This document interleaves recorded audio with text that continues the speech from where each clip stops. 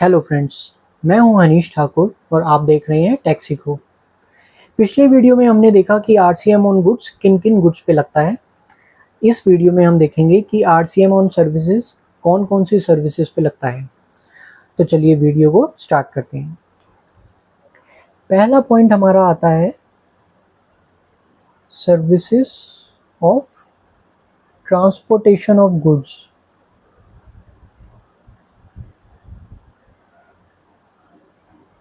Bye GTA, goods transport agency.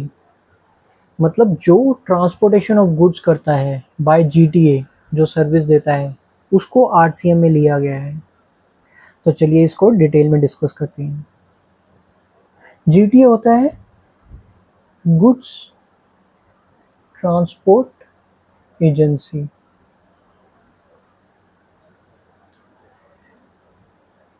अगर कोई भी अनरजिस्टर्ड पर्सन है अंडर जीएसटी में, अनरजिस्टर्ड पर्सन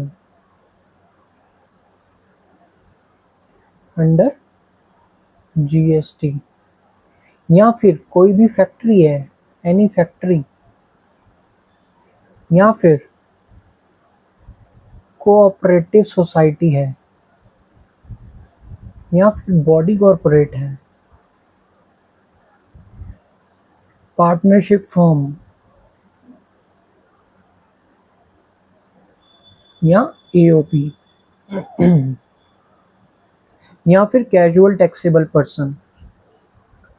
अगर जीटीए इन किसी में से भी unregistered person under GST, factory, cooperative society, body corporate, partnership firm या एओपी या फिर कैजुअल टैक्सेबल पर्सन, इनको सर्विसेज प्रोवाइड कराता है ट्रांसपोर्टेशन की बाय रोड, तो उस केस में जो सर्विस रेसिपिएंट है वो जीएसटी पे करता है। रेसिपिएंट मतलब ये सारे रेसिपिएंट हैं, तो इस केस में आरसीएम में ये जीएसटी पे करेंगे transportation of goods by GTA के केस में, अगर गुड्स ट्रांसपोर्ट करता है तो।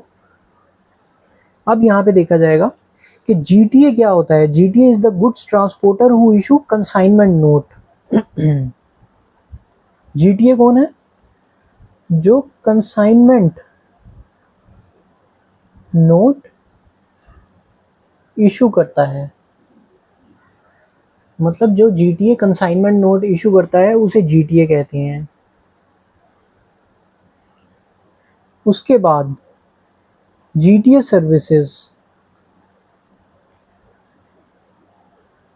Person who is liable to pay freight and is considered as recipient.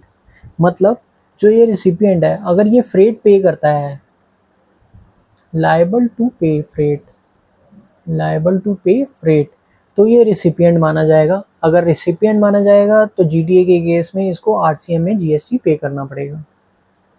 और जीटीए क्या होता है? जो कंसाइनमेंट नोट इशू करता है उसको हम जीटीए कहते हैं।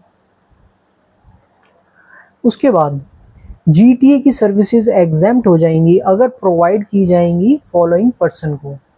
देखते हैं वो पर्सन कौन से होते हैं। जीटीए की जो सर्विस है वो एग्जेम्प्ट हो जाती हैं अगर किन लोगों को प्रोवाइड की जाए? डिपार्टमेंट या एस्टेब्लिशमेंट ऑफ गवर्नमेंट। मतलब डिपार्टमेंट या एस्टेब्लिशमेंट ऑफ गवर्नमेंट को प्रोवाइड की जाए, या फिर लोकल अथॉरिटी को प्रोवाइड की जाए, या फिर गवर्नमेंट एजेंसी को प्रोवाइड की जाए, या फिर unregistered individual and unregistered casual taxable person को। अनरजिस्टर्ड इंडिविजुअल मतलब जो ऑलरेडी इंडिविजुअल है, वो रजिस्टर्ड नहीं है, या फिर कैजुअल टैक्सेबल पर्सन को प्रोवाइड की जाएगी, तो उस केस में जीटीए की सर्विस एग्जेम्प्ट हो जाएंगी। तो इसके ऊपर कोई, जब सर्विस ही एग्जेम्प्ट हो गई तो रिवर्स चार्ज का तो कोई सवाल ही नहीं उठता। और who has taken registration only for TDS deduction. Who has taken registration for TDS deduction under section 51। मतलब वो अगर उन्होंने सिर्फ टीडीएस डिडक्ट करने के लिए जीएसटी रजिस्ट्रेशन लिया है तो उस केस में भी ये आरसीएम की सर्विस यहाँ पे एग्जेम्प्ट हो जाएंगी, जीटीए की सर्विस। तो हमने क्या देखा, जीटीए की सर्विस, जीटीए क्या होती है, कंसाइनमेंट नोट जो इशू करता है वो जीटीए हो गया। जीटीए की सर्विस, अगर ये रिसिपिएंट, ये सारे recipient unregistered person under GST, कोई भी factory, cooperative society, body corporate, partnership firm, AOP या सिटी कैजुअल टैक्सेबल पर्सन, इनको दी जाती है। तो इस केस में अगर ये लायबल टू पे फ्रेट, ये फ्रेट के लिए लायबल हैं, फ्रेट पे करने के लिए लायबल हैं, तो ये रिसिपिएंट मान लिया जाएगा। रिसिपिएंट होंगे तो इनको आरसीएम में जीएसटी पे करना पड़ेगा। और यहीं पे अगर जीएसटी की सर्विस एग्जेम्प्ट हो जाएगी, अगर किसको दी जाती है ये सर्विस, डिपार्टमेंट या establishment of government, local authority, local authority आ गया, ये गवर्नमेंट एजेंसी आ गया, या फिर who has taken the registration for TDS deduction under section 51, मतलब जो टीडीएस डिडक्शन के लिए ही सिर्फ रजिस्ट्रेशन लिया है, तो उस केस में भी ये सारी सर्विसेज एग्जेम्प्ट हो जाएंगी। तो ये हमारा जीटीए वाला पार्ट हो गया। अब इसके बाद आता है कि जीटीए में कौन कौन सी सर्विसेज है वो भी एग्जेम्प्ट हो जाएंगी। अगर किस चीज़ की सर्विस प्रोवाइड की जा रही है, रिलीफ मटेरियल, जीटीए की सर्विस एग्जेम्प्ट हो जाएंगी अगर किस चीज़ की ट्रांसपोर्टेशन वो प्रोवाइड करा रहे हैं, कौन सी गुड्स की।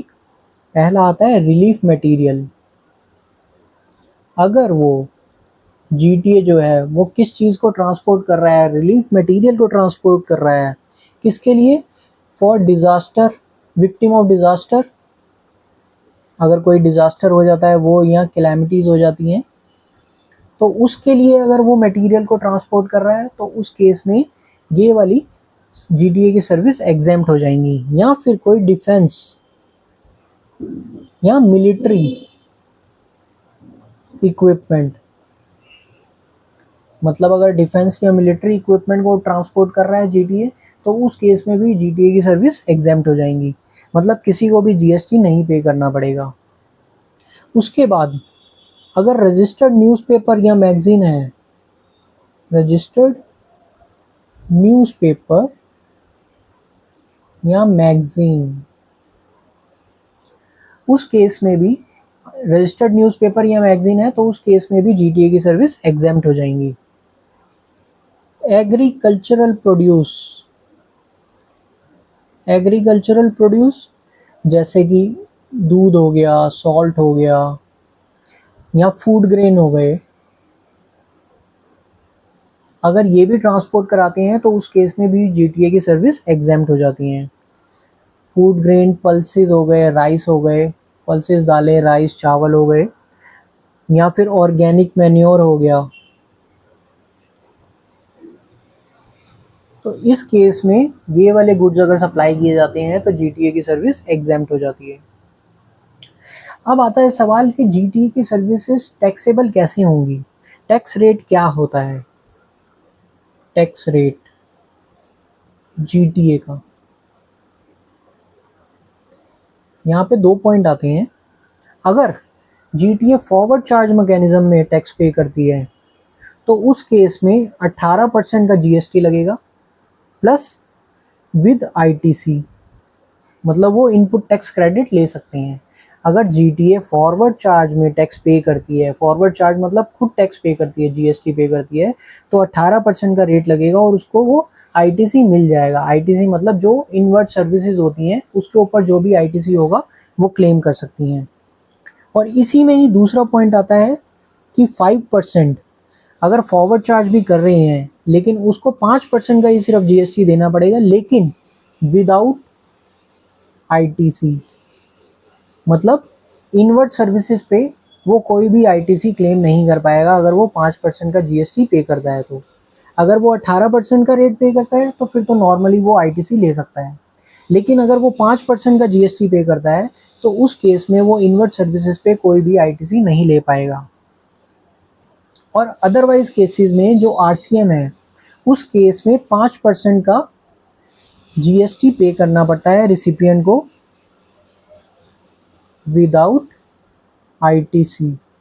विदाउट आईटीसी किसके लिए है, ये जीटीए के लिए है। मतलब जीटीए को इसका कोई आईटीसी नहीं मिलेगा इनवर्ट सर्विसेज का। जो आरसीएम में 5% पे कर रहा है वो तो इसका आईटीसी ले सकता है, मतलब जो रिसिपिएंट है वो तो 5% का आईटीसी ले सकता है। लेकिन जो जीटीए है, क्योंकि आरसीएम में पे किया है जीएसटी, तो जीटीए ने कोई जीएसटी पे नहीं किया, तो उस केस में उसको जीटीए को कोई आईटीसी नहीं मिलेगा। रिसिपिएंट के लिए ऐसी कोई रिस्ट्रिक्शन नहीं है, रिसिपिएंट अपना पूरा आईटीसी क्लेम कर सकता है। अब पॉइंट आता है कि अनरजिस्टर्ड जीटीए अगर है तो उस केस में क्या होगा। मतलब अगर जीटीए अनरजिस्टर्ड है जीटीए, तो उस केस में हम ये मानेंगे कि रिवर्स चार्ज में ही, आरसीएम में ही रिसिपिएंट को जीएसटी पे करना है। मतलब अगर जीटीए स्पेसिफिक लिखा होगा कि जीटीए में हमारा फॉरवर्ड चार्ज लग रहा है, तभी हम जीटीए को फॉरवर्ड चार्ज में लेंगे, अदरवाइज हम रिसिपिएंट को ही आरसीएम में जीएसटी पे करना पड़ेगा।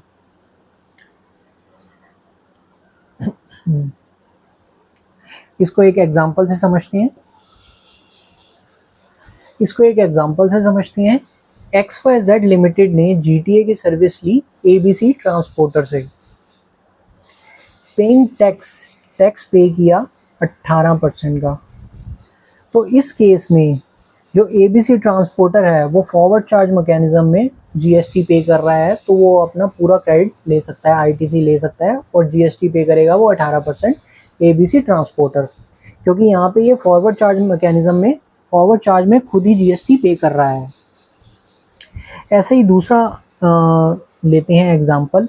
अगर यहाँ पे एबीसी ट्रांसपोर्टर फॉरवर्ड चार्ज में ना करके आरसीएम में बुक कर रहा होता जीएसटी, तो उस केस में क्या होता। उस केस में XYZ लिमिटेड को आरसीएम में 5% का जीएसटी पे करना पड़ता, और जीएसटी की लायबिलिटी एबीसी ट्रांसपोर्टर की नहीं आती, इसको जीएसटी नहीं पे करना पड़ता। जीएसटी की लायबिलिटी आती है XYZ लिमिटेड की, इसको आईटीसी भी मिल जाता XYZ लिमिटेड को इनवर्ट सप्लाईज पे। लेकिन जो एबीसी ट्रांसपोर्टर है वो इनवर्ट सप्लाईज पे अपना आईटीसी नहीं क्लेम कर पाता। इनवर्ट सप्लाईज पे जो आईटीसी है वो क्लेम नहीं कर पाता, क्योंकि इसने आरसीएम में पे किया है। आरसीएम में यहाँ पे XYZ की लायबिलिटी आ गई, 5% का जीएसटी पे करेगा। जो रिसिपिएंट है वो आईटीसी पूरा बुक कर सकता है, लेकिन जो ट्रांसपोर्टर है, जो जीटीए है, वो ना ही इनवर्ट सप्लाईज में कोई आईटीसी क्लेम कर सकता है। तो ये आपका जीटीए की सर्विसेज का पॉइंट कंप्लीट हो जाता है। आरसीएम में नेक्स्ट सर्विस आती है लीगल सर्विसेज। लीगल सर्विस कौन प्रोवाइड कराता है। लीगल सर्विस अगर एडवोकेट, सीनियर एडवोकेट या फर्म ऑफ एडवोकेट प्रोवाइड करा रहा है, किसको करा रहा है। बिजनेस एंटिटी को, जो टैक्सेबल टेरिटरी में लोकेटेड है। तो उस केस में बिजनेस एंटिटी को आरसीएम में जीएसटी पे करना पड़ता है। लीगल सर्विसेज के केस में अगर एडवोकेट, सीनियर एडवोकेट या firm of advocate legal service दे रहा है किसको, बिजनेस एंटिटी को, जो टैक्सेबल टेरिटरी में लोकेटेड है, तो उस केस में बिजनेस एंटिटी को आरसीएम में रिवर्स चार्ज में जीएसटी पे करना पड़ता है। लेकिन इसमें एक पॉइंट आता है कि अगर बिजनेस एंटिटी की लास्ट ईयर में अगर वो जीएसटी के दायरे में नहीं आता था, बिजनेस एंटिटी अगर लास्ट ईयर में जीएसटी के दायरे में नहीं आता था, जैसे उसकी टर्नओवर 10 लाख, 20 लाख या 40 लाख थी जो लिमिट होती है, अगर वो उसके अंदर था, लिमिट के अंदर था, तो उस केस में बिजनेस एंटिटी को जीएसटी की लायबिलिटी नहीं आएगी। मतलब फिर उसको जीएसटी पे नहीं करना पड़ेगा, तो फिर ये सर्विस एग्जेम्प्ट हो जाएगी। मतलब कोई भी इसके ऊपर जीएसटी पे नहीं करेगा।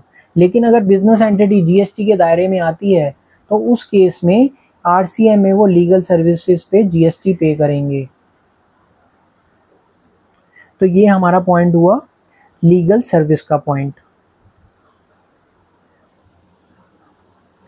आरसीएम में नेक्स्ट सर्विस आती है स्पॉन्सरशिप सर्विस। स्पॉन्सरशिप सर्विस अगर प्रोवाइड की जाती है by any person other than body corporate, मतलब जो सर्विस प्रोवाइड करा रहा है वो बॉडी कॉर्पोरेट नहीं है, बॉडी कॉर्पोरेट के अलावा कोई और पर्सन है, तो उस केस में जिसको सर्विस प्रोवाइड कराई जा रही है, जो पार्टनरशिप फर्म या बॉडी कॉर्पोरेट है लोकेटेड इन टैक्सेबल टेरिटरी, उस केस में आरसीएम की लायबिलिटी रिसिपिएंट के ऊपर आती है।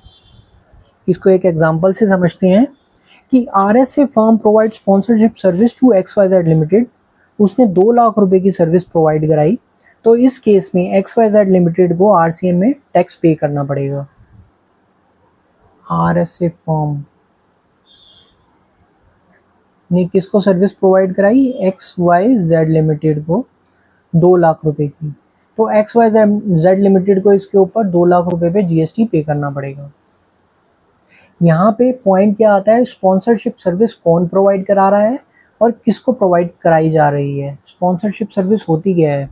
जैसे कि आईपीएल है, आईपीएल के केस में यहाँ पे टाटा ने स्पॉन्सर किया कि मैं आईपीएल करवाऊंगा, तो टाटा ने इनको सपोज कीजिए 300 करोड़ का स्पॉन्सरशिप दी। अब 300 करोड़ किसको मिले? 300 करोड़ मिले आईपीएल को, दैट इज आईसीसी या बीसीसीआई, इनको मिले। टाटा ने 300 करोड़ दी आईसीसी या बीसीसीआई को, और आईपीएल ने क्या किया? स्पॉन्सरशिप की सर्विस दी। किसको दी? टाटा को। मतलब सर्विस किसने दी? आईपीएल, बीसीसीआई या बीसीसीआई ने किसको दी? टाटा को। स्पॉन्सरशिप सर्विस प्रोवाइड कराई गई टाटा को, और टाटा ने उसके बदले में 300 करोड़ रुपए दिए आईपीएल को, आईपीएल कह लो या बीसीसीआई कह लो। तो इस केस में यहाँ पे स्पॉन्सरशिप सर्विस टाटा को प्रोवाइड की गई है। अब ये पर्सन जो है अदर देन बॉडी कॉर्पोरेट है, any person other than body corporate, किसको सर्विस प्रोवाइड करा रहा है? पार्टनरशिप फर्म या बॉडी कॉर्पोरेट। तो उस केस में यहाँ पे रिवर्स चार्ज में जीएसटी पे करना पड़ जाएगा। अब यहाँ पे क्या हुआ कि इस केस में क्योंकि ये आईपीएल, बीसीसीआई ये बॉडी कॉर्पोरेट है, तो इस केस में यहाँ पे रिवर्स चार्ज में नहीं लगेगा। यहाँ पे आईसीसी या बीसीसीआई को ही 300 करोड़ पे जीएसटी पे करना पड़ेगा फॉरवर्ड चार्ज मैकेनिज्म में। मतलब बॉडी कॉर्पोरेट नहीं होना चाहिए, जो स्पॉन्सरशिप सर्विस दे रहा है वो बॉडी कॉर्पोरेट नहीं होना चाहिए। अगर वो बॉडी कॉर्पोरेट है तो वो फॉरवर्ड चार्ज में जीएसटी पे करेगा, अगर वो बॉडी कॉर्पोरेट नहीं है तो दूसरे वाला जो रिसिपिएंट है वो रिवर्स चार्ज में बॉडी जीएसटी पे करेगा। अब फोर्थ पॉइंट आता है कि कोई भी service central government, state government, union territory या लोकल अथॉरिटी प्रोवाइड करा रही है, किसको? बिजनेस एंटिटी को, जो लोकेटेड है टैक्सेबल टेरिटरी में। Central government, state government, union territory या लोकल अथॉरिटी सर्विस प्रोवाइड करा रही है बिजनेस एंटिटी को, जो कि लोकेटेड है टैक्सेबल टेरिटरी में। उस केस में रिवर्स चार्ज में बिजनेस एंटिटी को जीएसटी पे करना पड़ेगा। लेकिन यहाँ पे एक पॉइंट आता है कि अगर मिनिस्ट्री ऑफ पोस्ट है या रेलवेज है तो ये फॉरवर्ड चार्ज में जीएसटी पे करेंगे। अगर मिनिस्ट्री ऑफ पोस्ट या रेलवेज हैं तो ये फॉरवर्ड चार्ज में जीएसटी पे करेंगे, ये रिसिपिएंट जीएसटी नहीं पे करेगा। पोस्ट वाला या रेलवेज वाला ये खुद ही फॉरवर्ड चार्ज में जीएसटी पे करेंगे और अपना इनवर्ड सर्विसेज पे इनपुट टैक्स क्रेडिट लेंगे। उसके बाद ट्रांसपोर्ट ऑफ गुड्स के केस में भी, ट्रांसपोर्ट ऑफ गुड्स के केस में, और यहाँ पे आ जाता है एयरक्राफ्ट के केस में, एयरक्राफ्ट या वेसल के केस में, और एक रेंटिंग ऑफ इमूवेबल प्रॉपर्टी।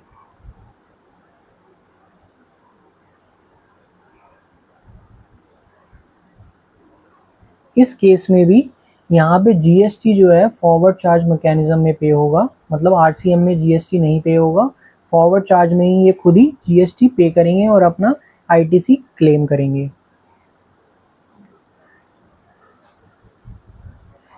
और इसमें एक और पॉइंट आता है कि अगर कोई पर्सन, गवर्नमेंट किसी को सर्विस देती है, गवर्नमेंट जैसे central government, state government, union territory या लोकल अथॉरिटी किसी को सर्विस दे रही है और उसकी वैल्यू अप टू 5,000 है, मतलब 5,000 रुपये तक है, तो उसके ऊपर कोई जीएसटी नहीं लगेगा, नो जीएसटी। मतलब पिछले फाइनेंशियल ईयर में प्रीवियस फाइनेंशियल ईयर में अगर उसकी वैल्यू 5,000 रुपये तक का है, business entity whose turnover in preceding financial year does not exceed turnover limit for the registration या इट्स वैल्यू इज 5,000।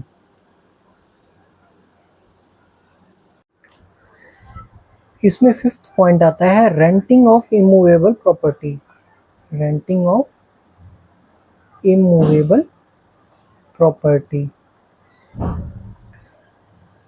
इसमें भी renting by the central government, state government या union territory, central government, state government या union territory या फिर local authority अगर ये service provide करा रही है रेलवेज़ को छोड़ के, क्योंकि रेलवेज़ का अभी हमने पढ़ा कि रेलवेज़ फॉरवर्ड चार्ज में टैक्स पे करती है, तो यहाँ पे central government, state government, union territory या लोकल अथॉरिटी अगर renting of immovable property provide कराती है सर्विस, तो उस केस में कोई भी अगर रजिस्टर्ड पर्सन है तो उस केस में उसको आरसीएम में जीएसटी पे करना पड़ेगा।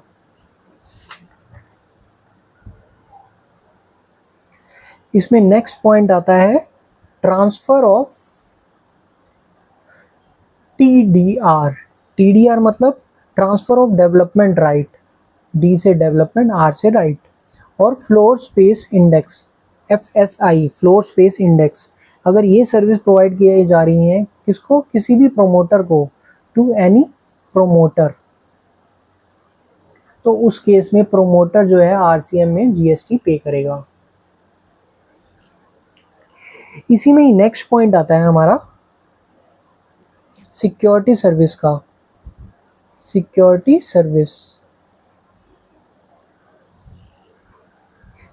सर्विस मतलब जो सिक्योरिटी गार्ड की सर्विस प्रोवाइड कराते हैं सिक्योरिटी पर्सनल की, सिक्योरिटी पर्सनल मतलब जो सिक्योरिटी गार्ड की सर्विसेज प्रोवाइड कराते हैं सिक्योरिटी पर्सनल की, अदर देन बॉडी कॉर्पोरेट, मतलब वो बॉडी कॉर्पोरेट नहीं होना चाहिए। वो किसको सर्विस प्रोवाइड करा रहा है, किसी भी रजिस्टर्ड पर्सन को इन टैक्सेबल टेरिटरी, मतलब वो पर्सन रजिस्टर्ड होना चाहिए, टैक्सेबल टेरिटरी में होना चाहिए, तो उस केस में जो रजिस्टर्ड पर्सन है वो आरसीएम में जीएसटी पे करेगा। सिक्योरिटी सर्विसेज प्रोवाइड की जा रही हैं सिक्योरिटी पर्सनल की, मतलब जो सिक्योरिटी की सर्विस देते हैं सिक्योरिटी गार्ड जो होते हैं, अदर देन बॉडी कॉर्पोरेट, जो सर्विस प्रोवाइड करा रहा है वो बॉडी कॉर्पोरेट नहीं होना चाहिए, जिसको प्रोवाइड कराई जा रही है वो रजिस्टर्ड पर्सन होना चाहिए टैक्सेबल टेरिटरी में, वो आरसीएम में जीएसटी पे करेगा। नेक्स्ट हमारा पॉइंट आता है सर्विस बाय डायरेक्टर,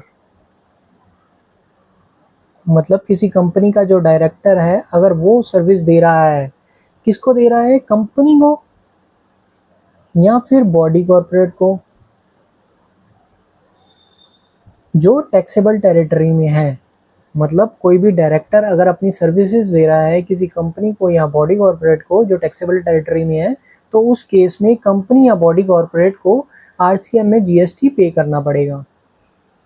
आपने देखा कि जो रेसिपिएंट है वो ज़्यादातर टैक्सेबल टेरिटरी में है और वो रजिस्टर्ड है, तो यहाँ पे मेनली जो रेसिपिएंट है वो रजिस्टर्ड होना चाहिए या रजिस्टर्ड होना चाहिए, टैक्सेबल टेरिटरी में होना चाहिए, तो उस केसेस में यहाँ पे रेसिपिएंट को ही आरसीएम में जीएसटी पे करना पड़ जाएगा। नेक्स्ट हमारा आता है सर्विस बाय इंश्योरेंस एजेंट, मतलब जो इंश्योरेंस एजेंट होते हैं वो जो सर्विस प्रोवाइड कराते हैं, किसको प्रोवाइड कराते हैं, इंश्योरेंस कंपनी को, insurance business located in taxable territory, मतलब जो इंश्योरेंस एजेंट हैं वो सर्विस प्रोवाइड करा रहे हैं इंश्योरेंस बिजनेस को लोकेटेड इन टैक्सेबल टेरिटरी, उस केस में भी इनको आरसीएम में जीएसटी पे करना पड़ेगा इंश्योरेंस बिजनेस वालों को। इसके बाद हमारा नेक्स्ट पॉइंट आ जाता है सर्विस बाय रिकवरी एजेंट। जो रिकवरी एजेंट होते हैं, जो अपने आप को स्टेट एजेंट भी कहते हैं, रिकवरी एजेंट बेसिकली रिकवरी करने वाले ही होते हैं, गुंडे टाइप के होते हैं, वो जो सर्विस देते हैं किसको, बैंकिंग को, बैंकिंग कंपनी को। बैंक भी अपने पास रिकवरी एजेंट रखती है, जैसे लोन किसी ने ले लिया और उसकी रीपेमेंट नहीं करी, तो उस केस में बैंक वाले खुद तो जाते नहीं है, वो शरीफ होते हैं, तो उस केस में banking company recovery agent appoint करती है। वो रिकवरी एजेंट बेसिकली गुंडे टाइप के ही होते हैं जो उन जिनसे लोन लिया होता है उनसे पैसे वसूल करते हैं। बैंकिंग कंपनी, फाइनेंशियल इंस्टीट्यूशन या एनबीएफसी, ये वाले जो टैक्सेबल टेरिटरी में है, इस जो रिकवरी एजेंट की सर्विसेज है उसके ऊपर आरसीएम में जीएसटी पे करते हैं। तो ये आपको समझ में आ गया कि रिकवरी एजेंट की सर्विसेज पे भी बैंकिंग, फाइनेंशियल इंस्टीट्यूशन, एनबीएफसी को ही आरसीएम में जीएसटी पे करना पड़ता है। उसके बाद हमारा आ जाता है DSA, direct selling agent. Direct selling agent की जो सर्विसेज है, सर्विस बाय इंडिविजुअल। अगर इंडिविजुअल डीएसए की सर्विस दे रहा है, डायरेक्ट सेलिंग एजेंट की सर्विस दे रहा है, किसको दे रहा है? बैंकिंग कंपनी को। बैंकिंग कंपनी या एनबीएफसी जो टैक्सेबल टेरिटरी में है, तो उसमें जो बैंकिंग कंपनी या एनबीएफसी है उसको रिवर्स चार्ज में जीएसटी पे करना पड़ेगा। तो डायरेक्ट सेलिंग एजेंट इंडिविजुअल होना चाहिए, तब यहाँ पे बैंकिंग और एनबीएफसी कंपनी आरसीएम में जीएसटी पे करेंगे। अगर वो इंडिविजुअल नहीं है तो उस केस में डायरेक्ट सेलिंग एजेंट को ही जीएसटी पे करना पड़ जाएगा। इसके बाद हमारा नेक्स्ट पॉइंट आता है बिजनेस फैसिलिटेटर का।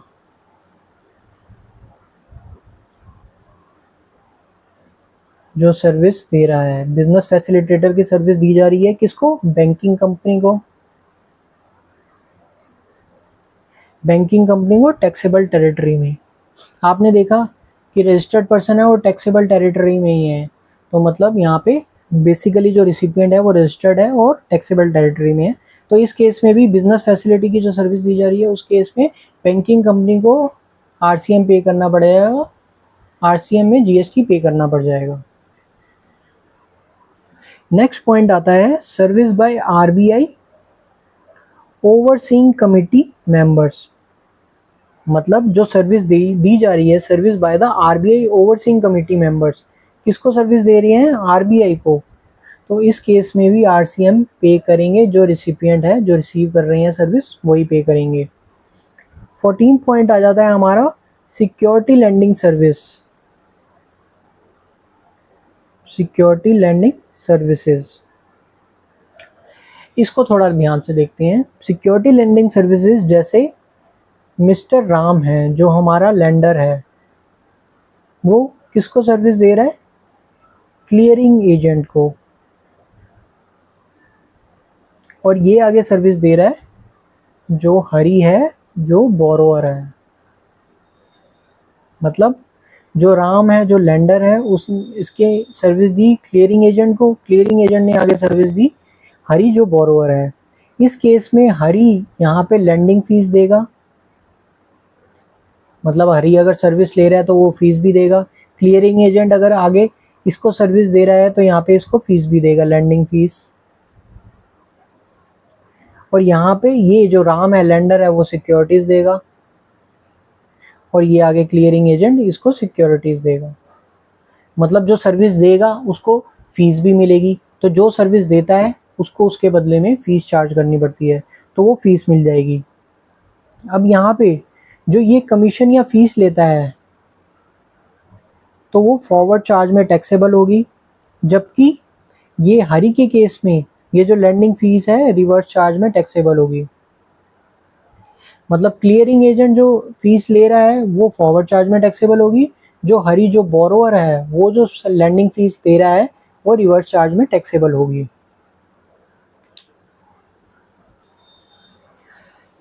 इसमें नेक्स्ट पॉइंट आता है सर्विस बाय म्यूजिक कंपोजर। मतलब जो गाने बनाते हैं या फोटोग्राफर हैं, फोटोग्राफर हो गए, आर्टिस्ट हो गए, इस केस में ये जो सर्विसेज देते हैं, किसको देते हैं सर्विसेज? म्यूजिक कंपनी को। म्यूजिक कंपनी खुद तो गाने नहीं बनाती, म्यूजिक कंपोजर गाने बनाता है, या फोटोग्राफर या आर्टिस्ट जो होते हैं वो सर्विस देते हैं। तो म्यूजिक कंपनी को सर्विस दी, या प्रोड्यूसर को सर्विस दी, या फिर पब्लिशर को सर्विस दी जो टैक्सेबल टेरिटरी में है, तो उस केस में म्यूजिक कंपनी, प्रोड्यूसर या पब्लिशर जो टैक्सेबल टेरिटरी में है, आरसीएम में जीएसटी पे करेंगे। सर्विसेज ली म्यूज़िक कंपोज़र की, फोटोग्राफर या आर्टिस्ट की, तो म्यूज़िक कंपनी, प्रोड्यूसर या पब्लिशर जो टैक्सेबल टेरिटरी में है आरसीएम में जीएसटी पे करेंगे।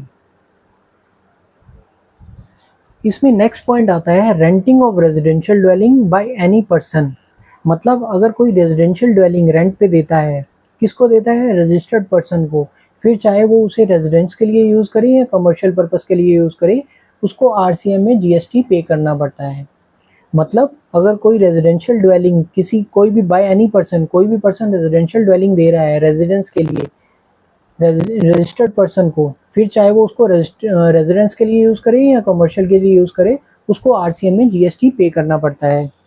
और यदि अगर अदर देन रेजिडेंशियल ड्वेलिंग है, मतलब जो जगह है वो अदर देन रेजिडेंशियल ड्वेलिंग है बाय एनी अनरजिस्टर्ड पर्सन, जो सर्विसेज दे रहा है वो अनरजिस्टर्ड पर्सन है, तो उस केस में जो रजिस्टर्ड पर्सन है other than composition taxable person, अगर वो रिसिपिएंट रजिस्टर्ड पर्सन है, चाहे वो उसको रेजिडेंस के लिए यूज़ करे चाहे कमर्शियल यूज़ करे, उसको आरसीएम में जीएसटी पे करना पड़ता है। तो हमने देखा रेजिडेंशियल के लिए, रेजिडेंशियल ड्वेलिंग के लिए रजिस्टर्ड पर्सन चाहे वो रेजिडेंस के लिए यूज़ करे या कमर्शियल के लिए यूज़ करे, आरसीएम में पे करना पड़ता है। और अगर अदर देन रेजिडेंशियल ड्वेलिंग है, कोई भी अनरजिस्टर्ड पर्सन देता है, तो उस केस में रजिस्टर्ड पर्सन को ही आरसीएम में जीएसटी पे करना पड़ता है, चाहे वो उसको रेजिडेंस के लिए यूज़ करे या कमर्शियल के लिए यूज़ करे। इसमें नेक्स्ट पॉइंट आता है renting of motor vehicle, passenger वाली, जिसमें फ्यूल कॉस्ट इंक्लूड है। अगर कोई भी सर्विस देता है रेंटिंग ऑफ मोटर व्हीकल की पैसेंजर को कैरी करने के लिए, जिसमें फ्यूल कॉस्ट इंक्लूड है, तो उस केस में अगर जो प्रोवाइड करा रहा है वो बॉडी कॉर्पोरेट है, तो उस केस में फॉरवर्ड चार्ज में इस पर जीएसटी पे करना पड़ता है। मतलब अगर बॉडी कॉर्पोरेट ये सर्विस प्रोवाइड करा रहा है तो वो फॉरवर्ड चार्ज में ही जीएसटी पे करेगा। यहाँ पे आरसीएम का कोई एप्लीकेबल नहीं है, यहाँ पे फॉरवर्ड चार्ज में उसको बॉडी कॉर्पोरेट को जीएसटी पे करना पड़ता है। लेकिन अगर यहीं अदर देन बॉडी कॉर्पोरेट, मतलब जो सर्विस प्रोवाइड करा रहा है रेंटिंग ऑफ मोटर व्हीकल की, वो अदर देन बॉडी कॉर्पोरेट है, तो यहाँ पे दो बातें हो जाएंगी।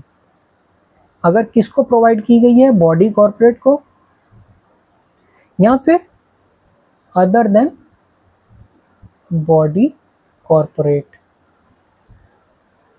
मतलब अगर सर्विस प्रोवाइड करा रहा है बॉडी कॉर्पोरेट, तो उस केस में तो फॉरवर्ड चार्ज में ही जीएसटी पे करना पड़ेगा। लेकिन अगर जो सर्विस प्रोवाइड करवा रहा है वो बॉडी कॉर्पोरेट नहीं है, अदर देन बॉडी कॉर्पोरेट है, तो फिर देखेंगे किसको प्रोवाइड की जा रही है। प्रोवाइडेड टू, मतलब किसको प्रोवाइड की जा रही है, अगर वो बॉडी कॉर्पोरेट है और अगर वो बॉडी कॉर्पोरेट नहीं है।